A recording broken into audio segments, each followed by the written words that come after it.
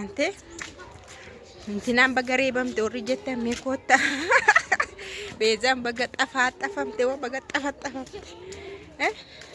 Beezaan baga tumante warri jettan jirtu viidiyoo har'a keessatti jechuudha. Saidoon namumatti aarisaa ba'uu dhabee nama reebus dhabee anaani saduuf sajjees walitti fidaadhan. Maadhanii jedhanii tokko immoo waraabessa maal nyaadhu jaartiyya waaqna nyaadhu jettu walitti fidaadhan. Saidoon kee ofittu aarii qaba ofittu rakkateera fudhanna rabbi immoo itti fide ka rooza qalqal jedheetti fide xiffiidhaan tumsiise. Maqaanshii beeza rooza beeza qubeessaatu walqiqidha bara rooza beeza kitteedha lakkaadha qabarreessaati kanaaf nama wal jala namaa makam. Nagaan sinifaa tokko abdinitoota hordoftoota kiyya kam jirtu nagaa keessanii egaa yaa akkuma dhufetti deebisuudhani akkuma isaan fidanitti haasofna maal goone hojii dhabne garuu baay'ee biizii taane oduu kana odeessutti yeruma waa hojjetan nu dhabne yeroo waa nyaannu dhabne amma mana fincaanii fa yeroo dhaqu dhabee viidiyoo Saidoo laala Sumayyaa laala Roozaa laala maali mana fincaanii yoo amma bakka ani beeku baay'ee maal goone kureeruma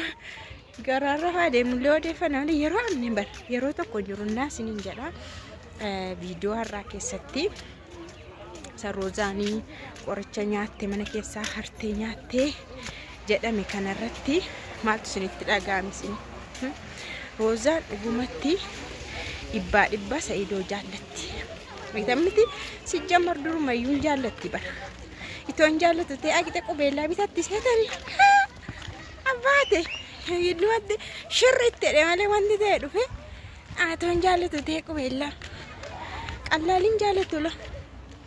kan qaxaqaxxe jaallatu maal jedhama qallaaliin jaallattu garuu maani rakkoon shii waan ta'e tuqetee dhuguma Sumayyaadha yaaddete I don't know hin beeku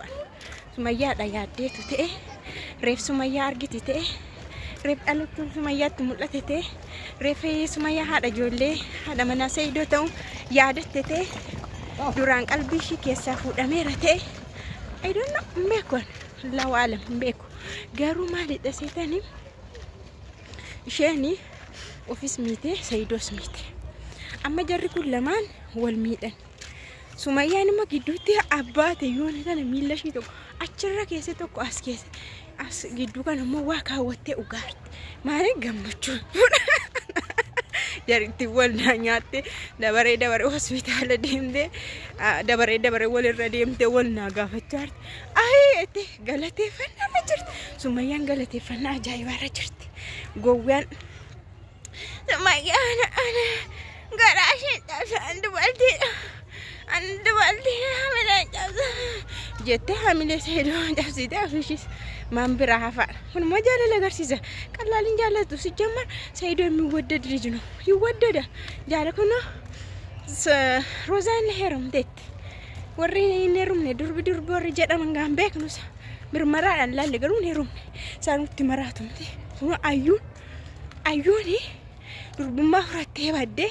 deebitee naannooftee kan ufte sunuyyuu Saidoo abbaa ijoolleetti heerumte Saidoo ይወደዳል abbaate bakka adda isaa mannaa laaltu hin jaallatama haadhatu eebbise iddili dubartii qaba Saidoo ammayyuu taanaan dhugaan siniin jedha ishee akkamii gadi baasuu danda'a ishee akkamii gadi duqqisee fida kanumarraa dandamatu malee rabbumti isaa gargaaru malee dhugaan siniin jedha rabbumti isaa fayyisu malee Saidoo kan kanaa olii argata garuu hamma Roozaan na aarsite amma sirra deebi'een jedha iyyuu nan aarsinana Sumayyaa hirraa'ii tokko namaan qabdu bara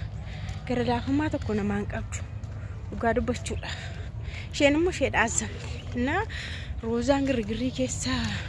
maqaan ishii beezaanii kaballaadhaan xafaxafamuu ishii xuru garaan keenya gubate garaan keenya baay'ee gubatee nu gubdee kanaan dura nu waaddee ammallee dhiisnee turre irraanfannee turre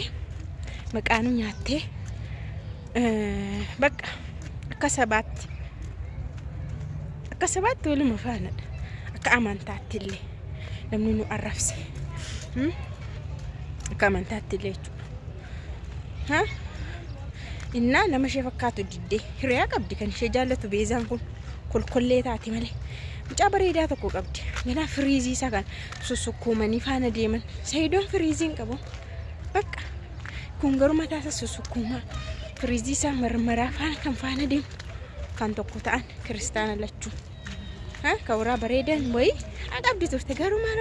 ganzabeedha isheenis ganzabee waan taateef diruma